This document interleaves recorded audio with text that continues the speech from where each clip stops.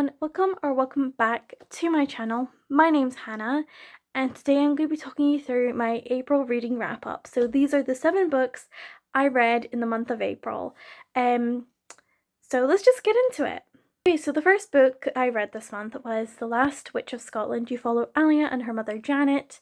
After the fallout of the death of her father, Alia is different because of the physical scars that her father's death left on her, because there was a fire and she was badly burned.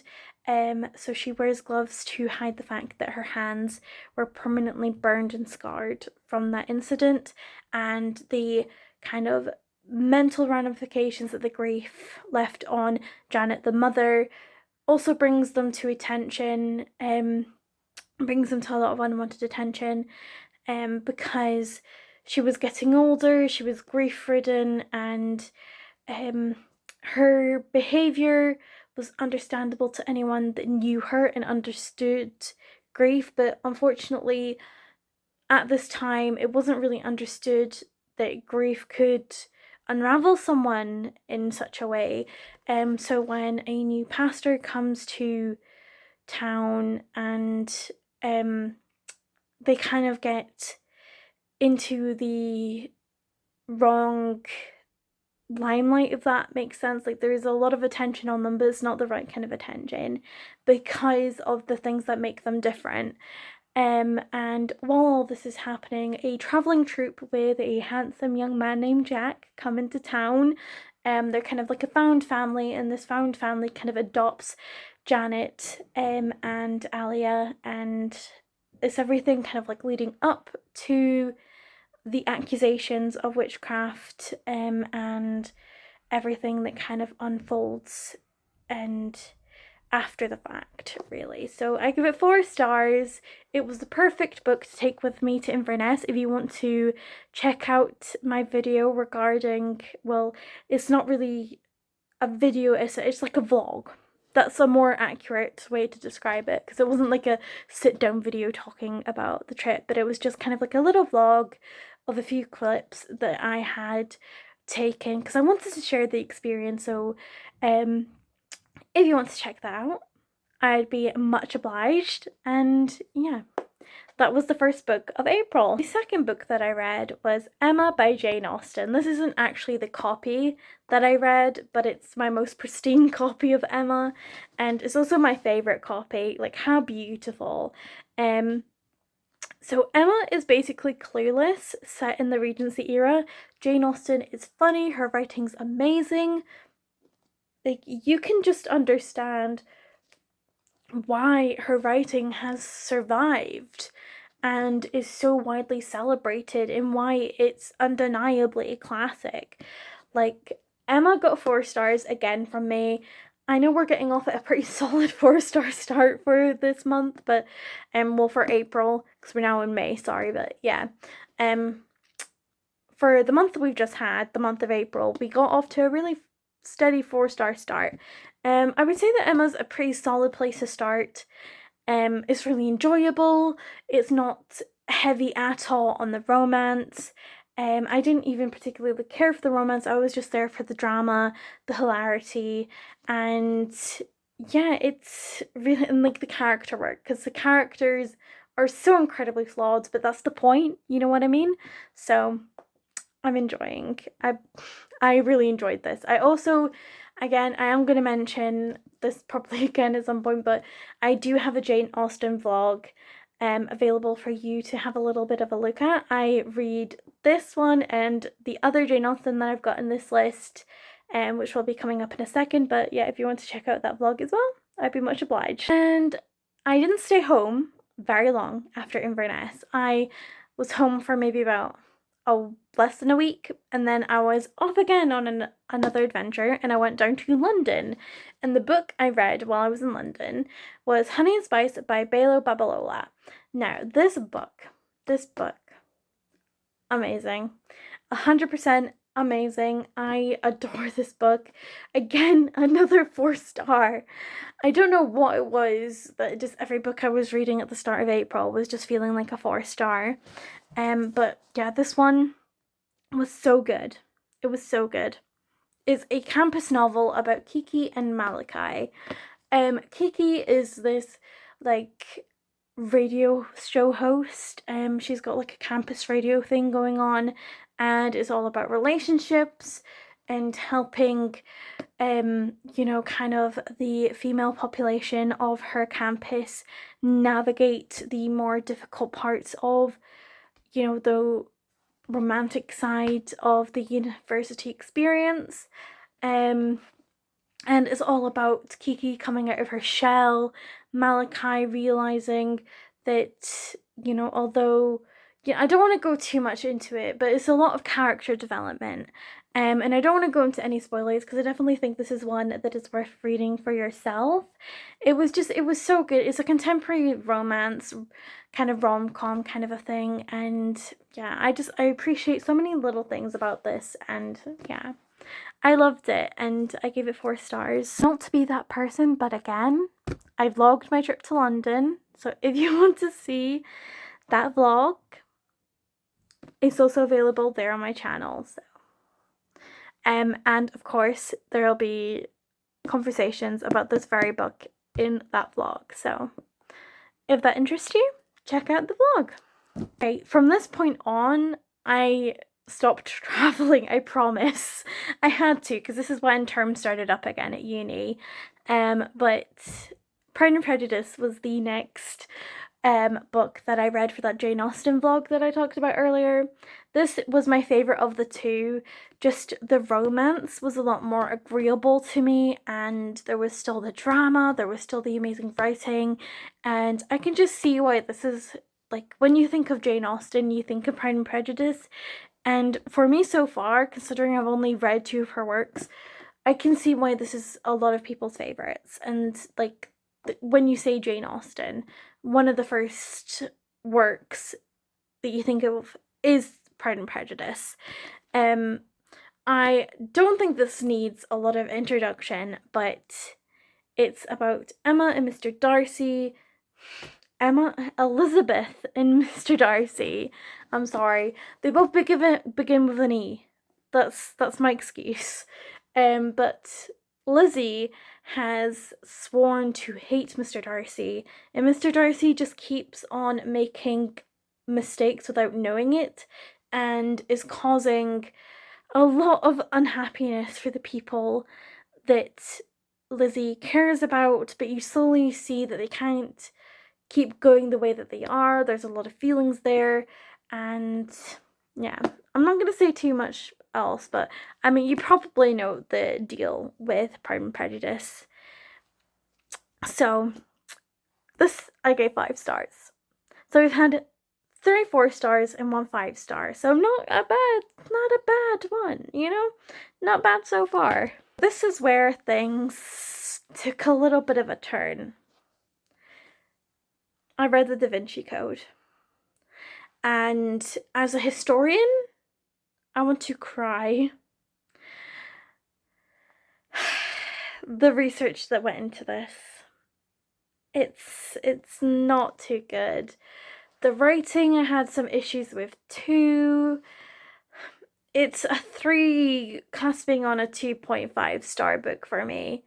Like, the idea of a thriller murder mystery set with the background of like art history, being connected to art history, sounds really intriguing, but the whole conspiracy theory thing just lost me completely, because as a historian, I know that all of this is just fabricated, and I've done extensive reading on why what's in here is fabricated, and yeah, I won't go into it too much. If you want to hear a history student breaks down the Da Vinci Code, that could be an option for a video in the future, but yeah. I mean, I just read it because I was like, oh, what a fun idea, just to read the most controversial book on my bookshelf. And plus, I'm always happy to read a book that's going to tick off another thing on the Rory Gilmore reading challenge. So that's why I picked it up. But yeah, 2.53 stars, something like that. And yeah, it would, yeah. Yeah. I mean, I will give it this. There was potential in the things that it was trying to say, in the points that it was trying to make about, like, the patriarchy being a result of religion and things like that, but the research and the conspiracy theories just lost me, I'm afraid. So that's my opinion on that. We're going to move swiftly on because it is the most controversial book for a reason, and people are so divided on this that I really don't want to get into the middle of. So we're going to say that it exists. That's what we're going to say. It's a book that exists, and we're going to move on to the next book. Okay, can you guess what the rating is for the next book? Wouldn't you guess it? Another 4 stars. God Killer. Now, this was a 5-star prediction. It's really good, but I just kind of wanted it to be longer, which is a real weird thing to say, but it's kind of similar to how I felt about Tempest of Tea, because there was a lot of intrigue, a lot of good things going on with the characters and the setting and the storylines, and everything was just amazing. But there just wasn't enough of it, if that makes sense. Like, there just wasn't enough of the book. But this is a part of a series, and so is Tempest of Tea, so I feel like the two will rectify each other once I get my hands on the sequels of both, if you know what I mean. So possibly Songbringer, which is a sequel to God Killer, will fix the lack of, if that makes sense. I'm hoping to get my hands on Songbringer sooner rather than later, but I am trying to keep book buying to a minimum. I'm really trying to, so that's my thoughts on God Killer.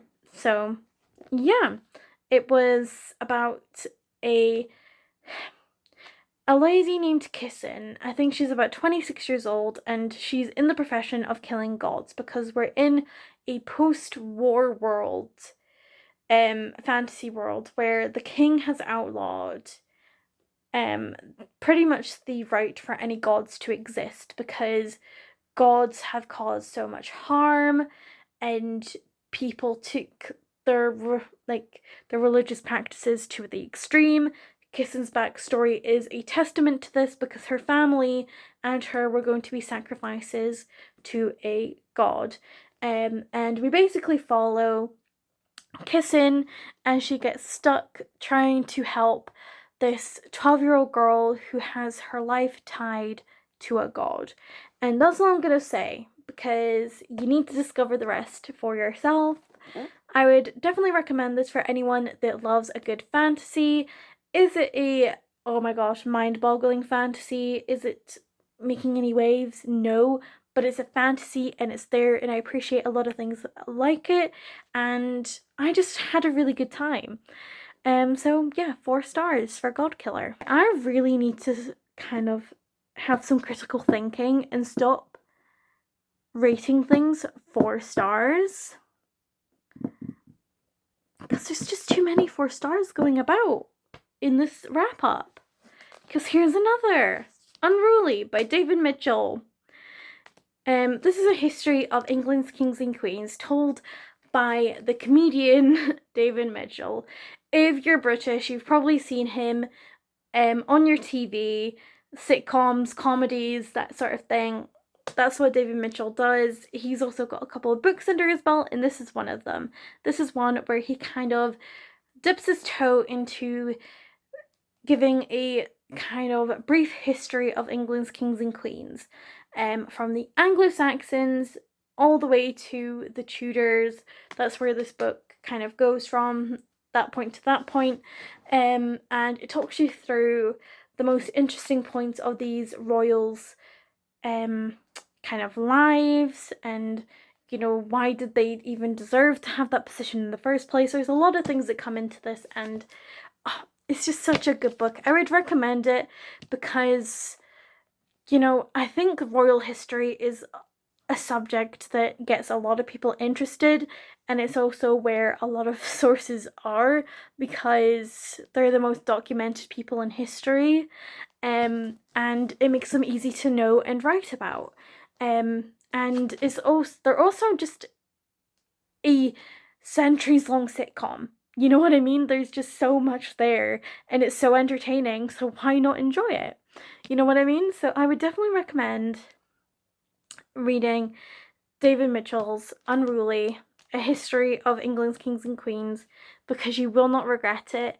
It will give you a laugh, and there's no assumption of knowledge on your side, and he also doesn't assume, like, he also doesn't even pretend to try and make you think that he's any sort of, like, person that's trying to make any scholarly dents in the field. He's there to have a laugh and to basically embrace the sitcom of the history of the royal family. So if that interests you, I would recommend it.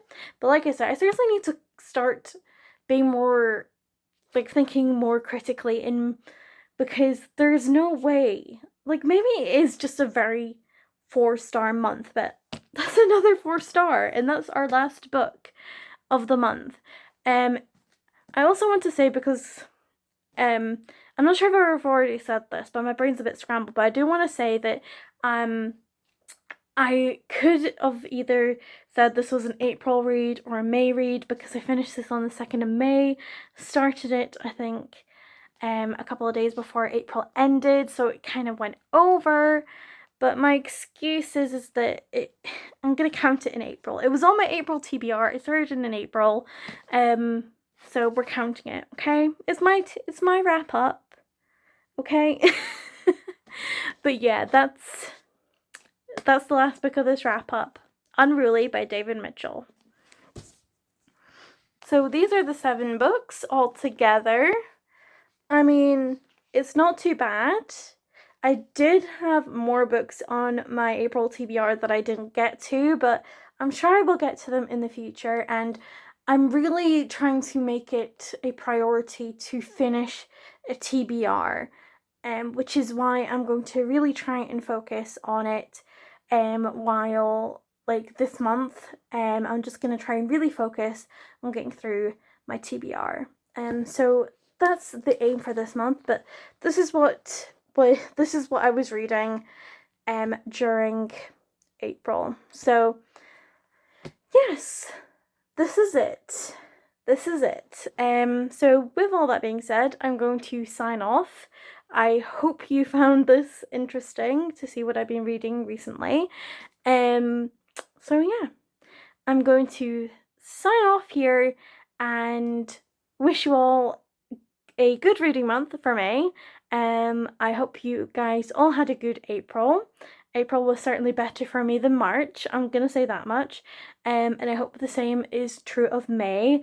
May is going to be a month of getting through deadlines and having the kind of start of summer for me and kind of ending my 2nd year at university. So a lot of exciting things are going on, but yeah. This is my wrap up. Like I said, I'm going to sign off here. Thank you guys for watching, and I hope you all have a lovely day.